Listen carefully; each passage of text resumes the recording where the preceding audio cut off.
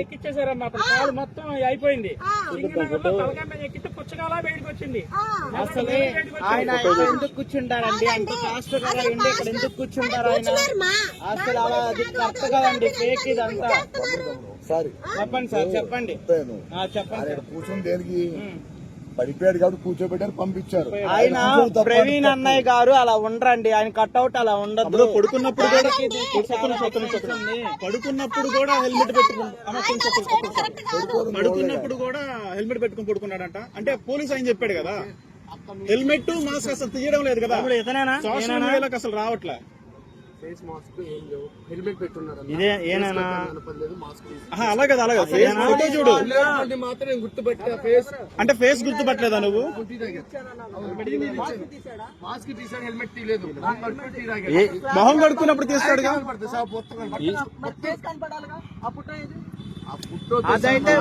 అంటే నువ్వు చూసా గుర్తుపెట్టన్నా ప్రవీణ్ పగడాల గారు కాదు, పగడాల గారు కాదు ఆయన. ఆ వ్యక్తి అయితే ప్రవీణ్ పగడాల గారు కాదు. ఏమంటే ఆయన చనిపోయినప్పుడేమో అక్కడ పడిపోయినప్పుడేమో ఒక డ్రెస్ ఉంది, వెనకమాల వచ్చినోడికేమో బన్నీని తొక్క మీద ఇంకో బన్నీని ఉంది. మీరు గమనించారో లేదో? అన్ని వస్తుంటే మీరు ఒక్కలో సరిగ్గా చెప్పలేకపోతున్నారు. ఇదిగోండి ఈడు ఫాలో. ఇప్పుడు ఇక్కడ ఈడికి పైన ఒకటి కింద ఒకటి ఉంది.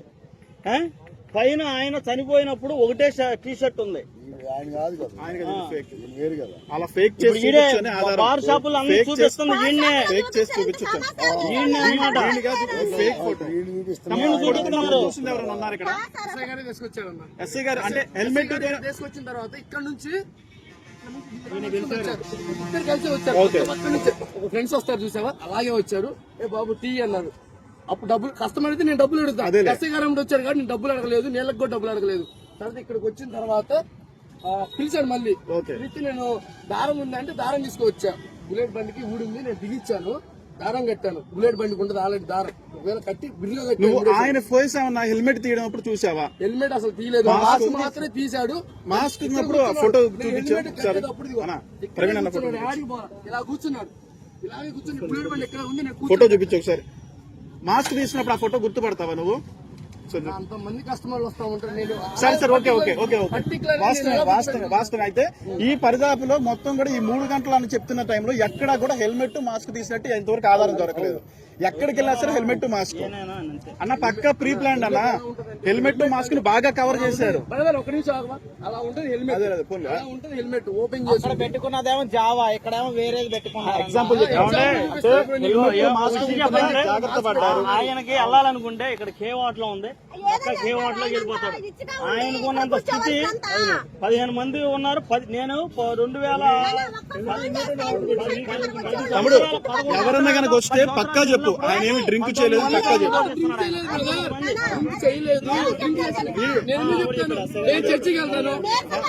నేను చర్చికి వెళ్తాను కాదు, దాన్ని ట్రోల్ చేస్తున్నారు, నిన్నే పెడుతున్నారు అందరూ. ఏమన్నానంటే నిన్ను యూజ్ చేసుకుంటున్నారు అందరూ. మేమేం అడుగుతున్నాం అంటే ఆయన ముఖం ఏమన్నా చూసావా అని ఫోటో చూపిస్తున్నాం అంతే. 100 మంది షాప్ దగ్గరకు వస్తాను, పర్టికులర్ గుర్తు పెట్టుకుంటే చెప్పండి. మీసాలు లేవండి, టీ దగ్గర నీళ్ళు. హెల్మెట్ మాస్క్ పెట్టి వాడెవడో బాగా క్రియేట్ చేశాడు, మిస్లీడింగ్ చేయడం కోసం క్రియేట్ చేశారు. ఎందుకు వస్తుందండి? రాలేదు, మందు వాసన ఏం వీళ్ళు కూడా చెప్తున్నారు వచ్చిన వాడు ఆయన కాదు, వీళ్ళు మాత్రం తప్పు పట్టని అవసరం లేదు.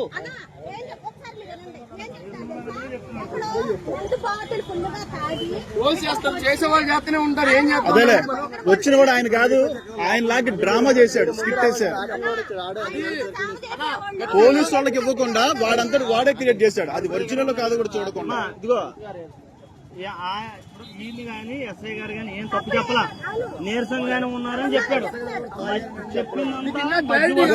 నిన్ను యూస్ చేసుకొని చూసారా, బుల్లెట్ బండి హెడ్ కి పక్కన చిన్న స్క్రూ ఉంటది, కొంచెం ఓపెన్ చేసి.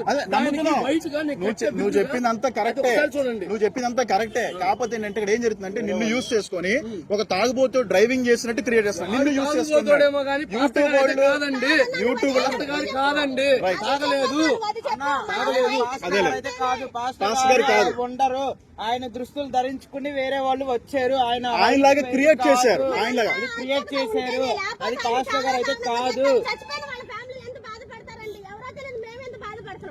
వచ్చిదిలే, ఖచ్చితంగా బయటకు ఏది ఏది మన పోస్ట్ మార్టం రిపోర్ట్ రాకముందే ఆడ అమారా ప్రసాద్ అనేవాడు ఏం చేశాడు వాడు అంటే ముందే చెప్పాడు. ఇది గుద్దబాగలో తాగానే రిపోర్ట్ వస్తాడు అన్నాడు.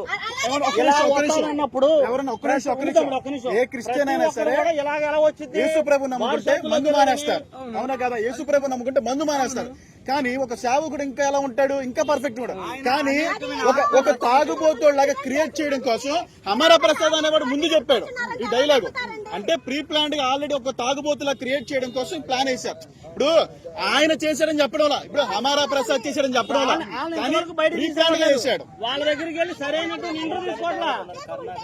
అంటే మనం పేర్లు పడ్డం కాదు కరెక్ట్ కదా. వెనకున్నవాడే నడిపిస్తాడు, ఎప్పుడూ కూడా ముందున్నవాడు నడిపించలేడు. వెనక ఉండి నడిపిస్తున్నారు. ఇదంతా కూడా ఒక సేవకుడిని తాగుబోతులా క్రియేట్ చేయడం కోసం కష్టపడుతున్నారు. ఇదిగో ఇప్పుడు పడుకున్నారన్నారు కదా. భయం లేదన్నా, మీరు అబద్ధం చెప్పక్కర్లేదు, ఎవరో చెప్పక్కర్లేదు.